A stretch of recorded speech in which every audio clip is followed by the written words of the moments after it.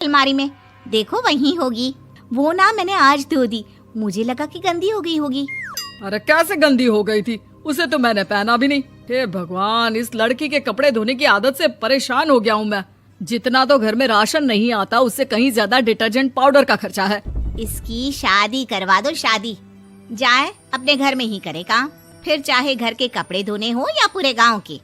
हाँ ठीक बोल रही हूँ, देखता हूँ मैं कोई लड़का। वो दिन भी आ जाता है जब विभा को देखने लड़के वाले आ जाते हैं। लड़की मुझे अच्छी लगी। होने वाली सास कहती है, बेटी अगर कुछ पूछना है तो पूछ लो। वैसे तो हमारी लड़की बहुत ही शर्मीली है, जो बोल दो वो मान लेती है, इसे क्या पूछना होगा। अरे कैसी बात कर रही हो माँ, मुझे इन लोगों के घर रहना है, सवाल तो कई है। हाँ हाँ बेटा पूछ लो ना, क्या पूछना है। आप लोगों के घर कपड़े कौन धोता है? सास का मुंह बन जाता है। देखो अगर तुम ये कहना चाहती हो कि तुम्हें कपड़े धोने नहीं आते तो सुन लो, कपड़े मैं ही धोती हूँ, लेकिन तुम्हारे आ जाने के बाद मैं रुमाल तक नहीं धोऊंगी। अरे चुप रहना भाग्यवान, बहू बेचारी घर आई नहीं, उसे डराना शुरू कर दिया। वो क्या है ना बिटिया, अभी तक तो ये कल्लू की माँ ही धोती थी, लेकिन अब तुम्हारे पापा तो दहेज में वॉशिंग मशीन देंगे ही।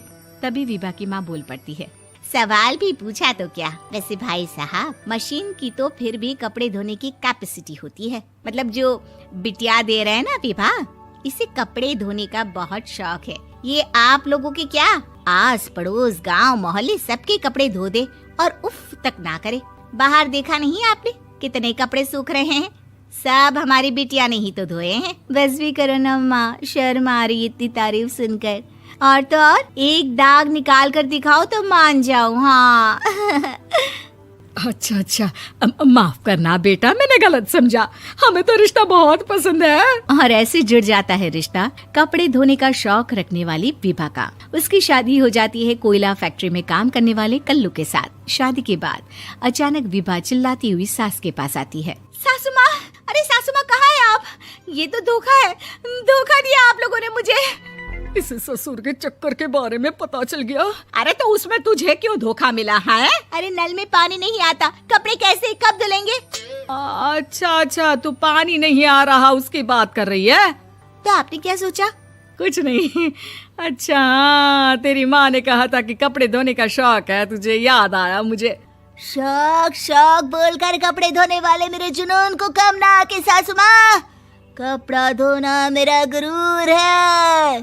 तभी पति भी वहाँ आ जाता है। अभी अभी मैंने इसे सनी देओल की फिल्म दिखाई है, उसी के डायलॉग मार रही है माँ। अच्छा सुन, साफ साफ बता रही हूँ, पानी सुबह 4 से 6 और शाम को 10 से 12 आता है, समझी? विभा टाइमिंग सुनकर हैरान हो जाती है। ये क्या भूतों का मोहल्ला है? सुबह 4 बजे उठकर कौन कपड़े धोता है? 4 बजे टंकी में पानी जाता है, फिर सारा दिन धोना ना, किसने मना किया?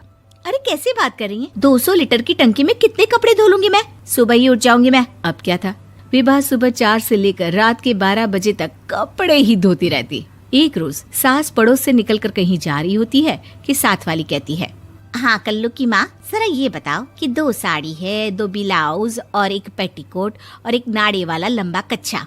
हाँ तो? अरे तो क्या, कितना लोगी धुलाई ये बताओ। धोबन दिख रहे हैं हम क्या? हमारे पति सरकारी नौकरी से अभी अभी रिटायर हुए हैं और बेटा सुपरवाइजर है कोयला फैक्ट्री में। धोबन समझ रखा है हमें?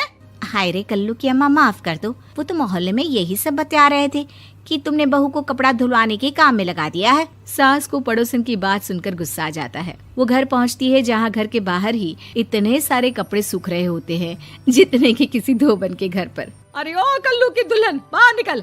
माँ जी यहीं आ जाओ, बाथरूम में चादर धो रहे हैं हम। अरे अभी हम धोते हैं, तुमको बाहर निकलो। ये आस पड़ोस वाले बोल रहे हैं कि हम बहू से कपड़े धुलवा कर उसे कपड़ा धोने वाली बना दिए हैं। अरे छोड़ो ना माँ जी, किन लोगों की बातों में आती हो? आस पास के लोगों का तो काम ही होता है कि वो किसी तरह सास बहू को लड़ा दे। बहू सारे घर के कपड़े धोती है, ये क्या कम है? बोलिए।